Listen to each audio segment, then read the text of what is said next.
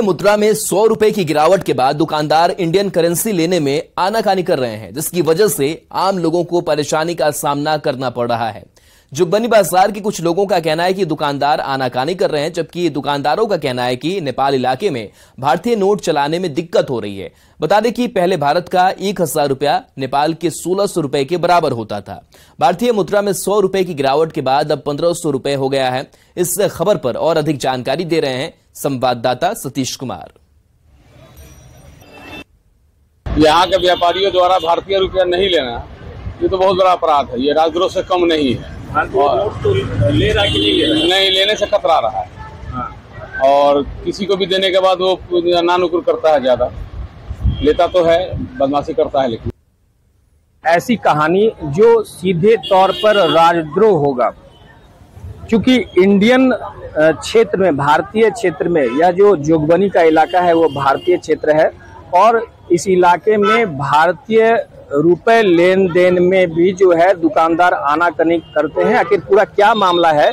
एक महिला है हमारे साथ जो सड़क किनारे छोटा सा कपड़ा का दुकान यहाँ पर चलाती हैं। तस्वीर आटा के गए थे ना, तो वो आटा का मांगा 1350 रुपया नेपाली। तो हम बोले कि इंडियन कितना हो गया, तो वो बोला कि 870 रुपया हो गया। तो मैंने 25 रुपया ज्यादा मांग रहे थे। तो हम लोग माथा पर ढोकर ले जाएंगे तो हमको 25 रुपया बचेगा नहीं। नेपाली नोट के मुताबिक पैसा ले रहा है? नहीं, ज्यादा ले, उस नेपाली पैसा से भी 25 रुपया ज्यादा ले रहे हैं। मतलब इंडिया का जो यहाँ का जो सामान है उससे ज्यादा ले रहा है। ज्यादा इंडियन पैसा ले रहे हैं। जैसे इंडियन नोट हो गया 500 का, नेपाली 800 होता है।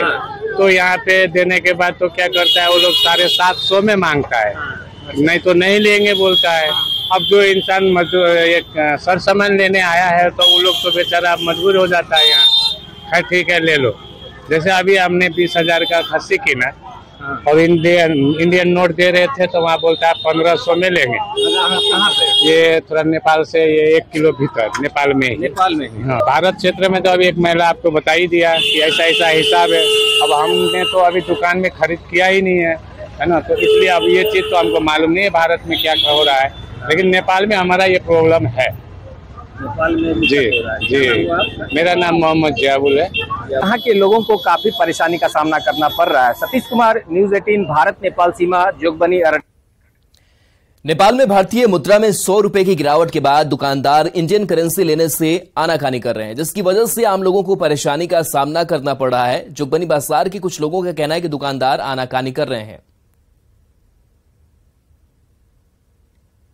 पहुंचे हैं भारत नेपाल सीमा के जोगबनी बॉर्डर में और तस्वीर में आप साफ तौर पर देख सकते हैं कि यह भारत का इलाका है और यहाँ पर बड़ी संख्या में जो नेपाली ग्राहक है वो यहाँ पर पहुंचे हुए हैं। और बता दें कि जो नेपाली करेंसी में ही यहाँ का पूरा बिजनेस होता है। ऐसे में दुकानदार से सीधे जानते हैं कि आखिर जो भारतीय मुद्रा में गिरावट हुई इसको लेकर क्या कहेंगे। ये बताइए भैया कि इंडियन करेंसी में जो गिरावट हुई है क्या वजह मानते हैं, कितना असर पड़ रहा है उसका? जोगबनी में तो कोई खास असर नहीं है। ज्यादातर नेपाल में लोग, जो इंडियन लोग हैं, नेपाली लोग जो है वो जो जा रहे हैं उस पार में, तो उसको पैसा कम में लिया जा रहा है वहाँ पे।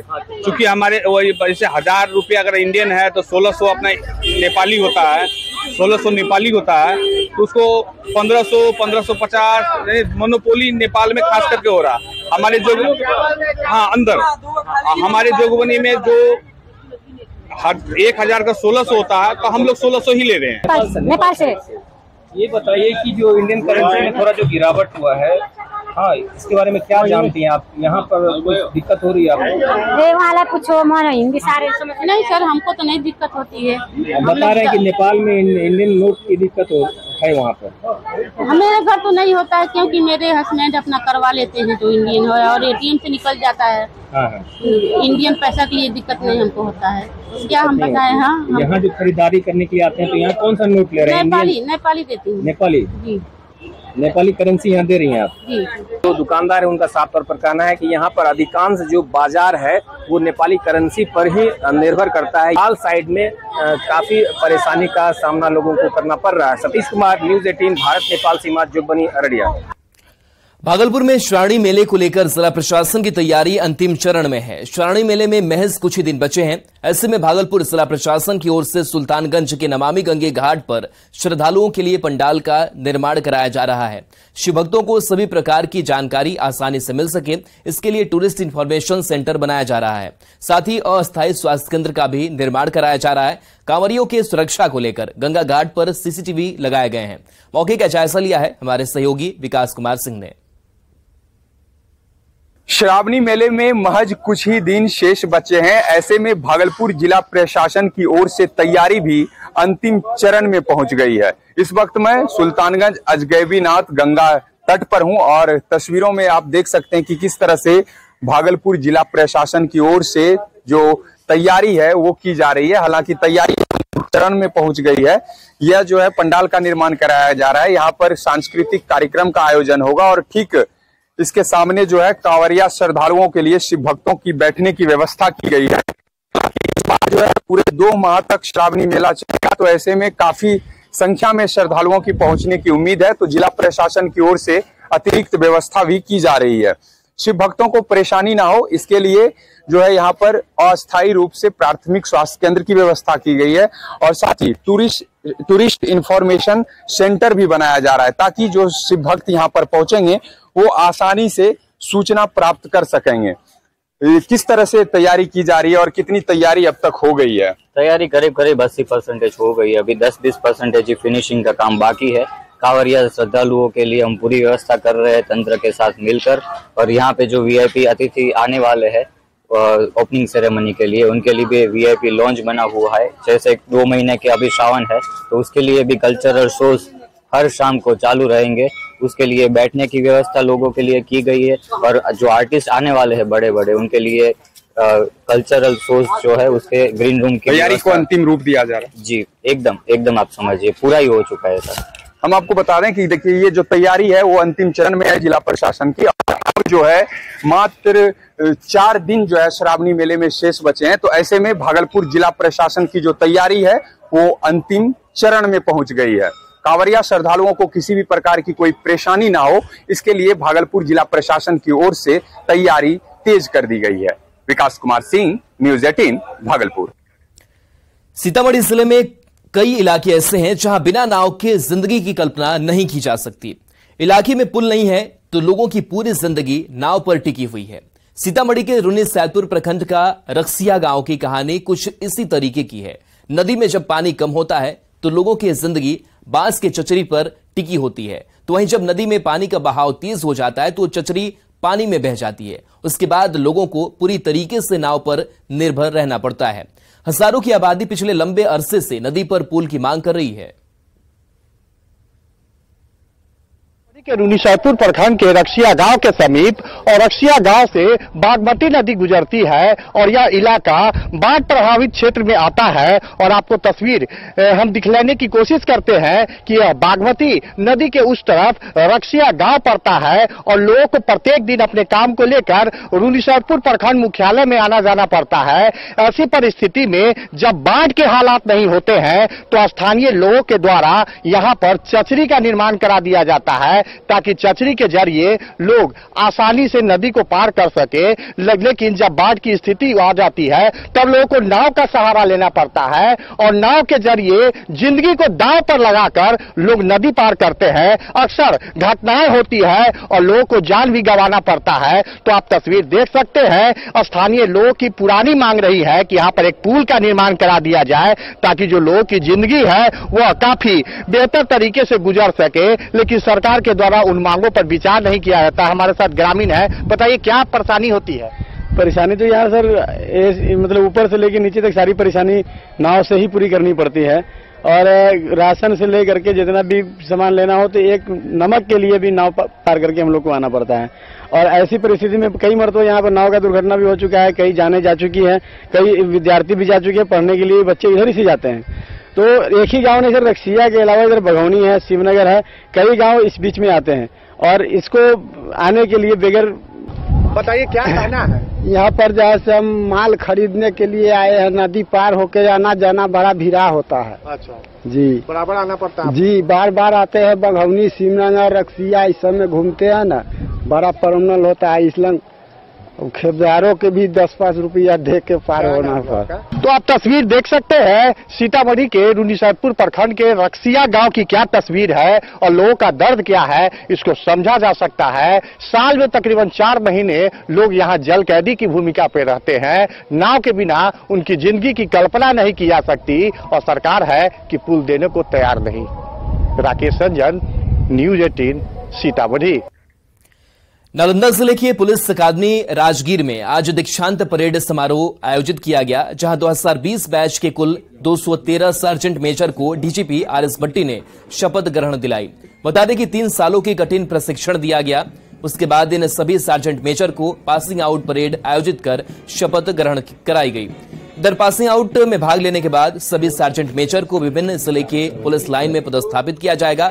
इस दौरान डीजीपी आरएस भट्टी ने पारन परेड में भाग लेने वाले सभी सार्जेंट मेजरों को ईमानदारी पूर्वक कर्तव्यों का निर्वहन करने की अपील की।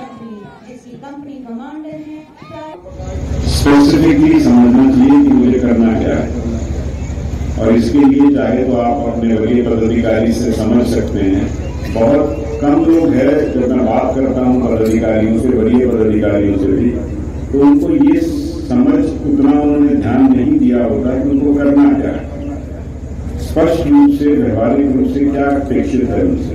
तो हमेशा कोई भी काम करो, पहले समझो मुझे करना क्या है, मेरे से क्या अपेक्षा है। सिवान में द्वार पर शराब रखने का विरोध करने पर महिला की पिटाई का मामला सामने आया है। महिला का आरोप है कि कुछ लोग द्वार पर शराब बेच रहे थे, जिसके महिला विरोध कर रही थी। उसने कहा कि डायल 112 पर शिकायत करेगी। उसके बाद कुछ लोगों ने मोबाइल छीन लिया और मोबाइल मांगने पर महिला की पिटाई कर दी। मामला मुफस्सिल थाना क्षेत्र के टढ़वा गांव का है। घरे खाए दारू धराइल बा, हमरा द्वार पर इनार बा, ओइ में धइले रहे लोग। तब दारू उठा के ले आवे लो जाके, अब मोबाइल से फोन करते रही संदू 112 पर, तब मोबाइल छीन ले हला लो, अब बड़ी मार दी हला लो। हमर लइका दुकान पर रहला। पूर्णिया में बारिश के कारण नदियों में पानी बढ़ने लगा है। ऐसे में लोगों को अब कटाव की चिंता सताने लगी है। अमौर प्रखंड के बंगरा मेहदीपुर पंचायत के रमणी गांव में परमान नदी में कुछ जगहों पर कटाव रोधी काम कराया गया था, लेकिन बीच के हिस्से को छोड़ दिया गया। ऐसे में अब विधायक से लोग जल्द से जल्द काम पूरा कराने की मांग कर रहे हैं, नहीं तो दोनों साइड किया गया बंडाल नदी के तेज बहाव में बह जाएगा। हम लोग उस वक्त भी आपत्ति किए थे कि नहीं भाई, बीच में अगर कार्य नहीं होता है तो ये दोनों तरफ का पिंडाल बह जाएगा जी। तो बोला कि नहीं, ये पंचायत स्तर से भी आप कर सकते हैं मुखिया जी। तो हम लोग जो है इसको लेकर के कार्यक्रम पदाधिकारी अमौर गए, वहाँ से चिट्ठी मिला, जिला गए, जिला से एनओसी मिला। एनओसी मिलने के बाद फिर जिला से रोक लगा दिया गया कि पंचायत स्तर से मनरेगा से कार्य नहीं किया जाएगा। मांग हम लोग ये करना चाहते हैं विधायक महोदय से जी, ये जो पंडाल का काम अभी बचा हुआ बीच में दोनों भाग में जियो बैंक द्वारा काम हो गया है, इसमें 100 समय पर तत्काल व्यवस्था कुछ किया जाए, फ्लड फैटिंग द्वारा बांस का जो होता है। कौन सा गांव है ये रमनी गांव है, बंगरा मेहदीपुर पंचायत, अमौर प्रखंड है। गोपालगंज में आज सुबह से ही झमाझम बारिश हो रही है। बारिश की वजह से कई रिहायशी इलाकों में जलजमाव हो गया है। बारिश और जलजमाव के बीच बच्चों को आज से विद्यालय भी जाना पड़ रहा है। बता दें कि गर्मी की छुट्टी को लेकर विद्यालय में छुट्टी थी, आज विद्यालय खुल रहे हैं, तो बच्चों में एक तरफ जहां उत्साह है तो दूसरी तरफ मोहल्लों में और सड़कों पर जलजमाव की समस्या से उन्हें परेशानी झेलनी पड़ रही है। सड़कें धंस जाने के कारण स्कूल वाहन भी कई जगह गड्ढे में फंस जा रहे हैं। बारिश के बीच स्कूल जा रहे हैं बच्चों से बातचीत की है संवाददाता गोविंद कुमार ने। गोपालगंज में लगातार 2 दिनों से बारिश हो रही है और मूसलाधार बारिश की वजह से कई मोहल्लों में जल जमाव की समस्या भी उत्पन्न हो गई है। और आज से तकरीबन 1 माह बाद उनकी छुट्टी थी, उसके 1 माह बाद आज से सभी विद्यालय भी खुल रहे हैं। हम लोग पढ़ने जाने की दिक्कत हो रही है, बारिश हो रही है बहुत तेज। बारिश खुली है तो हम लोग सोचे जल्दी से वैन में बैठ के चल जाए। कितने दिन बाद स्कूल खुल रहा है? 1 महीना। 1 महीने बाद। क्या नाम है? जितेश कुमार। कुछ और भी बच्चे हैं, क्या दिक्कतें हो रही है? आज से विद्यालय खुल गया है। हाँ, हम लोग का गली में कीचड़ ज़्यादा हो गई है, इसीलिए बदबू आ रही है, तो इसीलिए हम लोग जाने में दिक्कत हो रही है। हाँ, बारिश में भी दिक्कत हो रही है। अब तो पूरे काफ़ी दिनों तक बारिश रहेगा, चलेगा, तो कैसे आप लोग विद्यालय जाएंगे? उसी तरह जाएंगे लोग, बारिश के भीजते उजते जाएंगे लोग। और जो मोहल्ले में जल जमाव है, इस वजह से काफ़ी परेशानियों का सामना करना पड़ रहा है इन बच्चों को। विद्यालय के जो स्कूल वाहन है, इसके चालक भी हैं यहाँ पर, इनसे भी बात करते हैं। बारिश हो रही है तो मोहल्ले में काफ़ी जल जमाव है, गड्ढा है, कितनी परेशानी होती है? जी सर, परेशानी तो है और उसी तरह का कष्ट उठा रहे हैं। बच्चों को बचा कर लेके जाना पड़ रहा है हमको, बस वही बात। बारिश की वजह से सड़कें भी खराब हो गई। हाँ, सड़कें तो बहुत खराब है। क्या नाम है? जी प्रमोद यादव। ये विद्यालय के वाहन के चालक भी हैं और ये बच्चे जो है अब विद्यालय जा रहे हैं और इन बच्चों में एक तरफ खुशी है कि विद्यालय 1 माह बाद खुल रहा है, तो वहीं दूसरी तरफ बारिश की वजह से इन बच्चों को काफ़ी परेशानियों का सामना भी करना पड़ रहा है, क्योंकि मोहल्लों में जल जमाव की समस्या हो गई है और जल जमाव की वजह से इन बच्चों को उस कीचड़ भरी पानी से ही विद्यालय जाना पड़ रहा है। गोविंद कुमार, न्यूज 18 गोपालगंज। 4 जुलाई से सावन माह की शुरुआत हो रही है। सावन माह में देश के अलग अलग हिस्सों में लाखों कांवरिया गंगा स्नान करने सुल्तानगंज पहुंचते हैं, लेकिन सुल्तानगंज का गंगा घाट खतरनाक हो गया है। गंगा घाट पर जगह जगह पत्थर निकले हुए हैं, जिससे कि श्रद्धालुओं को परेशानियों का सामना करना पड़ रहा है। नुकीले पत्थरों से होकर श्रद्धालुओं को गुजरना पड़ रहा है। घाट के निचले हिस्से में नुकीले पत्थर होने के कारण श्रद्धालु को गंगा स्नान करने में काफी दिक्कत हो रही है। गंगा घाट का जायजा लिया है हमारे सहयोगी विकास कुमार सिंह ने। श्रावणी मेले में महज कुछ ही दिन शेष बचे हैं, लेकिन जो शिव भक्त हैं वो सुल्तानगंज के पवित्र उत्तर वाहिनी गंगा तट पर पहुंच रहे हैं और जो सुल्तानगंज का गंगा घाट है वो खतरनाक हो गया है। यहाँ पर घाट के निचले हिस्से में पत्थर निकला हुआ है। यहाँ पर जिला प्रशासन की ओर से जो व्यवस्था होनी चाहिए थी घाट पर, वो व्यवस्था होता हुआ नजर नहीं आ रहा है। आप तस्वीरों में देख सकते हैं किस तरह से जो श्रद्धालु हैं, महिला श्रद्धालु, वो जल भर रही हैं और यहाँ से फिर वो गंगा स्नान कर पूजा पाठ कर फिर यहाँ से पैदल वो देवघर के लिए रवाना होंगी। लेकिन ये घाट की स्थिति है और आप देख सकते हैं कि किस तरह से घाट पर जो है वो पत्थर निकला हुआ है और यह पत्थर खतरनाक है। श्रद्धालु जब स्नान करने के लिए घाट से नीचे उतरते हैं, फिर उनको ऊपर चढ़ने में उनको पैरों में चोटें आती हैं, पैर कट जाता है। आप लोग अभी यहाँ पर पहुंचे, गंगा स्नान किए, घाट की स्थिति क्या है? घाट की स्थिति काफी दयनीय है। यहाँ पर पत्थर निकलने के कारण चोट भी लग जा रहे हैं श्रद्धालुओं को। पानी जल उठाने जाते हैं तो गिर जाते हैं श्रद्धालु, जिसके कारण कठिनाई बहुत हो रही है, पैर में चोट आ जा रहे हैं। तो अभी परेशानी हो रही है? अभी आपने स्नान किया है? जी, बहुत परेशानी। और इसमें तो प्रशासन लोग को ध्यान देना चाहिए कि पहले बनवा दें, क्या कि श्रावणी मेला चालू होने वाला है, श्रद्धालु आ रहे हैं, काफी दिक्कत हो रहे हैं हम लोगों को। हम भी अभी स्नान किए, मैं बोकारो जिला से हूँ, जिसके कारण हमें भी लग गई चोट, अभी उतरने वक्त चोट लग गई। देखिए, बता दें कि मलमास के कारण इस बार जो श्रावणी मेला है पूरे 2 माह तक चलने वाला है, लेकिन जो घाट की स्थिति है वो खतरनाक हो गई है। ऐसे में भागलपुर जिला प्रशासन इसको इस ओर ध्यान देने की जरूरत है। जो घाट का निचला हिस्सा है जहां पर पत्थर निकला है, उस पर जियो बैग से उसे ढकने की जरूरत है। विकास कुमार सिंह।